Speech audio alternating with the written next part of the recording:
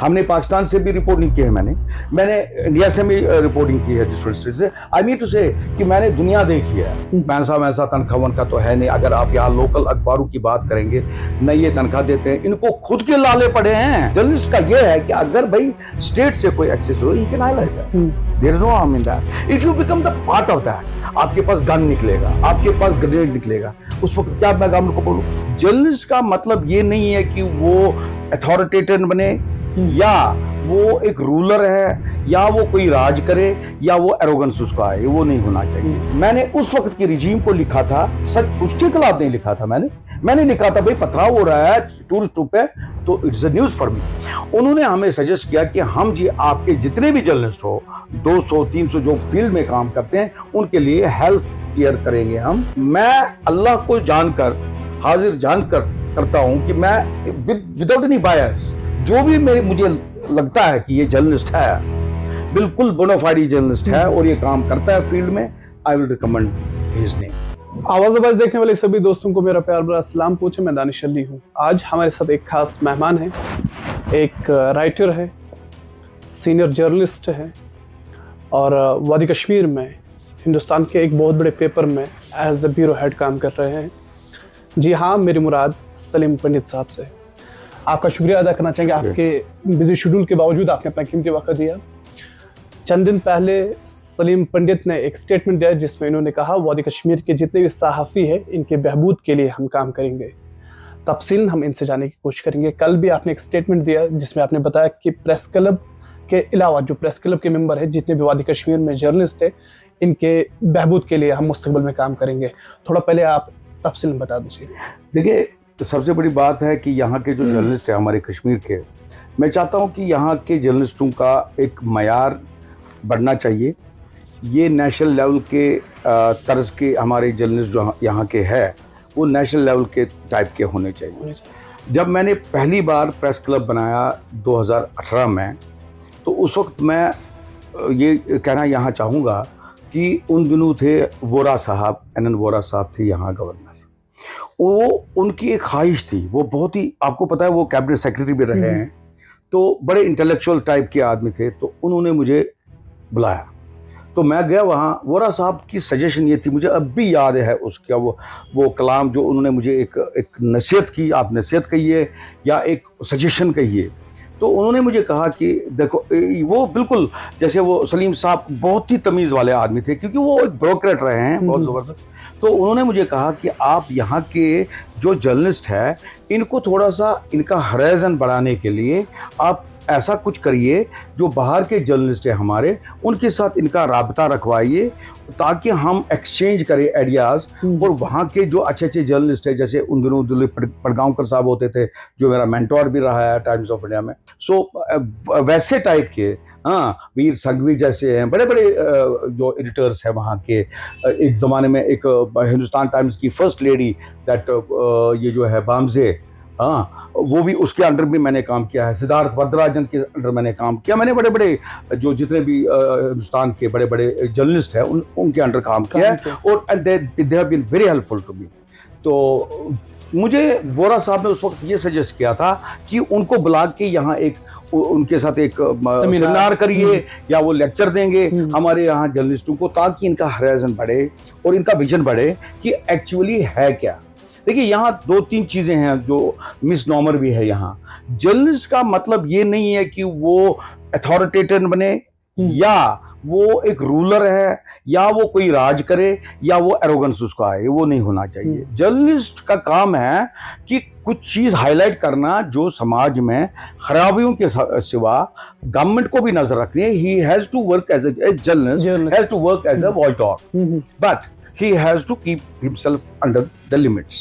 अगर आप 19(1) आर्टिकल की बात करेंगे इंडियन कॉन्स्टिट्यूशन में, उसमें कुछ प्रोविजोज है, मीन्स कि वहाँ कुछ लिमिटेशंस है। अंडर दोज प्रोविजोज, उसमें लिमिटेशंस ये है कि you cannot go beyond those limits, you cannot defame anybody. So सबसे बड़ी बात है कि इनको एलिवेट होना है पहले जर्नलिस्टों को। यहाँ मेरा ये है मतलब है कि मैं चाहता हूँ कि हमारे जो कश्मीर के जो नए पास आउट्स है हमारे मास कम्युनिकेशन डिपार्टमेंट से, मैं बड़ा खुश होता हूँ जब मेरे पास आते हैं ऐसे लोग मैंने काफ़ी लोगों को अपनी तरफ से ट्रेनिंग दी हुई है और मैं चाहता हूं कि वो बने, सचमुच वो उनका वो जो टैलेंट होता है वो निखरे, और ताकि इस समाज को वो काम आ सके आइंदा फ्यूचर में।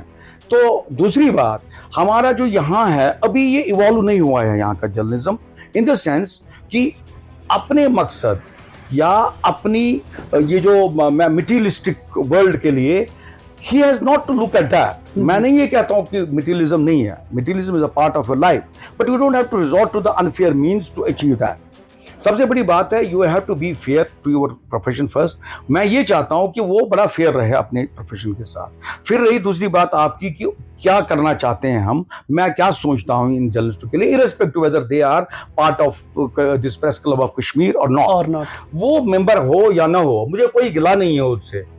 ये होता रहता है हर एक तंजीम में या हर एक ग्रुप में या फेटर्निटी में, आपस में होते हैं, रंजिशें भी होती हैं, गिले भी होते हैं, वो चलता रहता है। बिकॉज वन हैज टू, जब इवॉल्व होता है ना एक इंसान, वो समझता है दुनिया में क्या है। I don't have to look at small things, किसी ने मेरे साथ कोई बुरा किया फिर मैं ये दिल में रखूं कि मैं उसको फिर I will be vindictive and I will just demolish him to the level of I will get him eliminated him. I will not do that. तो मैं चाहता हूं कि वो भी आए सामने, उनके लिए मैंने चाहा है कि देखिए, मुझे ये पता है कि they are very meagrely paid journalist, यहाँ पैसा वैसा तनख्वाह वनखा तो है नहीं। अगर आप यहाँ लोकल अखबारों की बात करेंगे, न ये तनख्वाह देते हैं, इनको खुद के लाले पड़े हैं। तो जिस तरह आपने कहा कि यहाँ के लोकल पेपर्स जो है उनके लाले पड़े हुए हैं, तो जिस तरह आपने मास कम जर्नलिस्ट की बात की, मैंने कल भी कहा, जब एक स्टूडेंट किसी बड़े इदारे से अपनी सहाफत की डिग्री करता है, फिर फील्ड में आता है, उसके बाद हम देखते हैं कि लोकल पेपर्स में उसको एक्सप्लॉइट किया जाता है। और ज्यादातर हम जब देखते हैं कि अगर हम कश्मीर यूनिवर्सिटी की बात करेंगे, MERC से जब बच्चे वहां से अपनी डिग्री, उसके एंड पे जब वो फील्ड में काम करने के लिए आते हैं, विद इन नो डेज वो सरेंडर करते हैं, यहाँ पे एक्सप्लॉइट होते हैं। तो इसके लिए आप प्रेस क्लब की बात करिए या सलीम पंडित की बात करेंगे तो क्या कर सकते हैं? मेरा ये मतलब है, जब वो आते हैं यहाँ काम करते हैं local, they want to gain the experience first. उनका यही बेचारों को एम होता है कि वो they want to get expose to this, ये जो डोमेन है जर्नलिस्ट का यहाँ कश्मीर में कैसे काम करते हैं, इसलिए ये ज्वाइन करते हैं यहाँ लोकल न्यूज़पेपर्स। और उसके बाद is a take off place from here, then they can go to the Indian mainstream this journalism या अखबार के ये तो, but this is a take off place here. तो ये क्या करते हैं, इनको भी खतरा नहीं है, ये भी मैं बताऊंगा, क्योंकि इनको क्या है, यहाँ बड़े बड़े हमारे इंडस्ट्रीज नहीं है या बिग बिजनेस हाउसेस नहीं है जो मदद करे यहाँ अपना पेपर चलाने के लिए। सबसे बड़ी बात है, एक कौम को होना चाहिए अपना पेपर, जो एक इदारा हो पीछे उसको, जो इकोनॉमिकली वायबल हो और जिसके पास पैसा हो वो चला सकता है। ये अदरवाइज यहाँ के जो अखबार वाले हैं ये बने हैं ये एडवर्टीजमेंट्स पे, गवर्नमेंट एडवर्टीजमेंट बड़ा जबरदस्त डिपेंडेंट है। सो गवर्नमेंट जो है यहाँ की, लोकल गवर्नमेंट हो या कोई भी गवर्नमेंट हो, ये इनको ब्लैकमेल करते हैं, ये उन्हीं को देते हैं जो इनको टो करे लाइन। तो वो दिन भर यही काम होता है, वो ये कंटेंट्स का बिल्कुल ख्याल नहीं रखते हैं यहाँ के अखबार वाले। फिर और अगर आप ये देखेंगे जितने भी 2-3 हैं यहाँ, अगर नाम लेने के लायक हम बताएं, अगर आप देखेंगे 54, 55, 57 में एक हुआ करता है अखबार जिसका उर्दू अखबार है आफ्ताब। अगर आफ्ताब की आप बात करेंगे, ये जो उसका जो मुदीर आला था जिसको ख्वाजा सनाउल्लाह कहते थे, उसको पाकिस्तान ने पुशबैक किया यहाँ, उसको बख्शी साहब ने वो अखबार बना के दिया। और उसके बाद आज देखिए, आज तक उसका कोई नहीं था, उसने हवाला किया एक बिजनेसमैन को। बिजनेसमैन को बिल्कुल पता नहीं है अखबार कैसे चलाते हैं, वो इंस्टीट्यूशन होना चाहिए तब। बाय नाउ एटलीस्ट उसको कम से कम 20-30 लोग तो होने चाहिए थे मुलाजिम। अगर आप देखेंगे उसको एक ही वो टीचर था, सरकारी टीचर जो मिडिल स्कूल का टीचर था, अब भी वही एडिटर है, मुदीर आला है, अब वो अभी तक वही चलता है, रिटायर्ड होकर भी, जब वो मिडिल स्कूल से रिटायर हो गया। मैं यही कहता हूं कि अगर ये प्रोफेशनल लोगों को रखेंगे, जैसे आपने कहा अभी मास कॉम, उनको एनकरेज करेंगे, उनको अच्छी दिशा दिखाएंगे, उसमें मैं आपको बताऊंगा यूसुफ जमील भी एक प्रोडक्ट है आफ्ताब का ही, ये भी एक है। दूसरा हमारा चट्टान का एडिटर जो रह चुका है हमारा ये ताहिर मोहिद्दीन, हाँ, उनको तखल्लुस भी वही दिए हैं उसी एडिटर ने। हाँ, मोहिद्दीन था, उसका नाम ताहिर का साथ। खैर, मुझे ये कहना है कि एक दिशा दिखाने के लिए यही अखबार काम करते हैं, मगर करते हैं नहीं। खैर, हम वापस आएंगे उस टॉपिक पे कि हम क्या करना चाहते हैं अब मुस्तकबिल में अपने जर्नलिस्टों के लिए यहाँ जो है। सबसे बड़ी बात है, इनको पहले होना चाहिए मेडिकल कवर। मेडिकल कवर की ये बात है कि अल्लाह ने एक करम किया कि हमें चीफ मिनिस्टर जो हरियाणा का है उसने हमें एक ऑफर दिया, सजेस्ट किया कि हम करेंगे जी आपके जर्नलिस्टों का इंश्योरेंस, हेल्थ इंश्योरेंस। देखिए कहां से आया ये, वहां से जो उसने अपने स्पीकर को बोला, स्पीकर ने एक डिप्यूट किया यहाँ टीम, उसमें 10 जर्नलिस्ट थे और 2 थे official of that legislative assembly of the Haryana assembly. उन्होंने हमें सजेस्ट किया कि हम जी आपके जितने भी जर्नलिस्ट हो, 200-300 जो फील्ड में काम करते हैं, उनके लिए हेल्थ केयर करेंगे हम इंश्योरेंस करेंगे up to the limit of 10 lakh rupees each. उसमें कुछ नहीं भरना है यहाँ के जर्नलिस्ट को, प्रीमियम वही करेंगे बर्दाश्त, और उसके बाद हमें 10 लाख रुपया वो मिलेगा, और प्राइम मिनिस्टर की योजना जो है, जो कार्ड मिलता है हमें, तो उसमें 15 मिला के हो गई 15। और दूसरी बात बड़ी इंपॉर्टेंट है, सारे जो हमारी कंट्री में बड़े बड़े हॉस्पिटल्स है, वो हमारा कार्ड वहां भी वैलिड है जो हमें हरियाणा गवर्नमेंट दे रही है। इंशाल्लाह उस पर काम हो रहा है। अगर इस वक्त भी देंगे, उन्होंने मुझे इतना तक दिया है अथॉरिटी कि इन्होंने बोला कि आप रिकमेंड करिए, मैं अल्लाह को जानकर, हाजिर जानकर करता हूं कि मैं विदाउट एनी बायस, जो भी मुझे लगता है कि ये जर्नलिस्ट है, बिल्कुल बोनाफाइड जर्नलिस्ट है और ये काम करता है फील्ड में, I will recommend his name. ऐसी बात नहीं है कि मुझे उससे नहीं बनती है तो फिर मैं नाम नहीं दूंगा। मैं कहता हूं, मैं अपने अजीजों से, अपने नौजवान से कहता हूं कि ये आए, ये नौजवान, और मुझे हमसे रास्ता कायम करे और अपने डॉक्यूमेंट्स दे ताकि हम उनको दे, ताकि जल्द से जल्द उनको मिले। मैं चाहता हूं जो मास काम करके निकलते हैं वहां पास आउट, ये बड़ा इंपॉर्टेंट है। जब तक उनको कोई रोजगार का कोई सबील नहीं होती है, तब तक मैं चाहता हूं कि प्रेस क्लब कोई एक मदद करे in the shape of some financial assistance to the जो भी वहां से निकले पास आउट, ठीक है, जब तक उसको अच्छी जगह नहीं मिले। और दूसरी बात, I want to facilitate their appointments in other papers of Indian mainstream this journalism में। वहां हम कोशिश करेंगे कि उनको हम बोलेंगे, अगर वो वहां ये इंटर्नशिप करेंगे, इंटर्नशिप के बाद उनको वहां जगह मिलेगी और they will get to know about many things. जैसे हमने सीखा, हमने पाकिस्तान से भी रिपोर्टिंग की है, मैंने इंडिया से भी रिपोर्टिंग की है डिफरेंट स्टेट से। आई मीन टू से कि मैंने दुनिया देखी है, और मैंने मैंने पहले भी बोला, बड़े बड़े जितने भी टॉप रैंकिंग जर्नलिस्ट है हिंदुस्तान के, उनके साथ काम किया हुआ है, हमको पता है उनका। जब मैं ये यहाँ बात कहना चाहता हूँ, जब मैंने टाइम्स ऑफ इंडिया ज्वाइन किया 2000 में, तो दिलीप पडगांवकर होते थे हमारे chief editor of Times of India.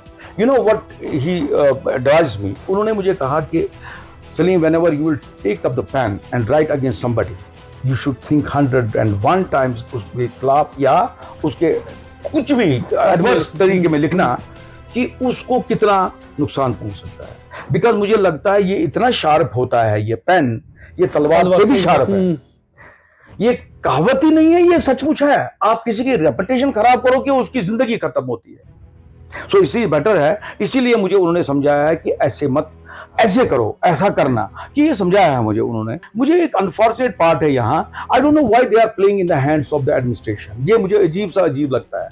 हालांकि जितने भी ये पॉलिटिशियंस है, यहाँ के रूलर्स है, मुझे इनके साथ अच्छे मराज से, मैं अच्छी दोस्ती है इनके साथ, मैं इनको बड़ा खूब जानता हूँ। ये किसी के नहीं है, बिकॉज पॉलिटिशियंस क्या, व्हाट इज पॉलिटिक्स? पॉलिटिक्स एक आर्ट है, ये गेम है। ये कैसे लुभाते हैं लोगों को वोट देने के लिए, यही ये लुभाते हैं इन जर्नलिस्टों को। उनको बिल्कुल ये कहीं का नहीं रखते हैं, इनको ये उकसाते हैं, भाई प्रेस क्लब देंगे। सबसे बड़ी बात है, यहां आपको पहले इंफ्रास्ट्रक्चर बनाना है प्रेस क्लब का, उसके बाद इलेक्शन होगा। मैंने इनको 2018 में भी बोला था। इन्होंने क्यों मेरे साथ साजिश की? जिस आदमी को मैंने खुद बनाया वाइस प्रेसिडेंट अपना, वही मुझे साजिश किया उसी ने। बताइए उसको कैसे उन्होंने उस वक्त फैसिलिटेट किया प्रेसिडेंट बनना? I when I stepped out, तो मुझे बोला आप स्टेप डाउन करो। उसके बाद उसको बोला भाई आप आओ। उस वक्त ये बताया गया कि सलीम पंडित हाईजैक करना चाहता है प्रेस। उस वक्त कहां कर रहा था मैं तो प्रेसिडेंट था भाई। I was the founder president, मैंने बनाया था। मेरे नाम पे बिल्डिंग थी, मेरे नाम पे रजिस्ट्रेशन थी, मेरा था उस वक्त, ये पैसा मैंने लाया था। जब मैंने मीटिंग की मिनिस्टर के साथ उस वक्त, मुझे बताइए, मिनिस्टर साहब के साथ उस वक्त भी बात होगी मेरी, उसे बोला आईवान सहाफत रखेंगे। बोले जी कौन सा आईवान? व्हाट इज आईवान? आईवान मींस वहां बैठ के लेजिस्लेशन करनी है। आईवान वो कौन सा असेंबली थी हमारी? मैंने उस वक्त बोला भैया हमको न्यूयॉर्क से कोई जर्नलिस्ट आएगा उसको कहाँ आएगा कहना अहवान साहब यार कश्मीर प्रेस क्लब है, मैंने नाम रखा है कश्मीर प्रेस क्लब इसका। यही हालत थी यहाँ की इस प्रेस क्लब की जो बोलते हो, जो मैंने अपने खून से बनाया था उस वक्त। मैं कहाँ नहीं गया मेरे भाई उसके लिए, उस प्रेस क्लब के लिए पैसा कहाँ से नहीं लाया, मैंने भीख मांग मांग के लाया था मैंने उस प्रेस क्लब के लिए, और वो ही उनने दबा दिया, वो जेके बैंक ने आज खाया। थैंक यू सलीम साहब अपना कीमती वक्त देने के लिए। ये हमारे से बात कर रहे थे वादी कश्मीर के एक मंजे हुए पत्रकार जिनकी वाबस्तगी टाइम्स ऑफ इंडिया के साथ थे। आवाज़ के लिए मैं दानिश अली। शुक्रिया, थैंक यू वेरी मच।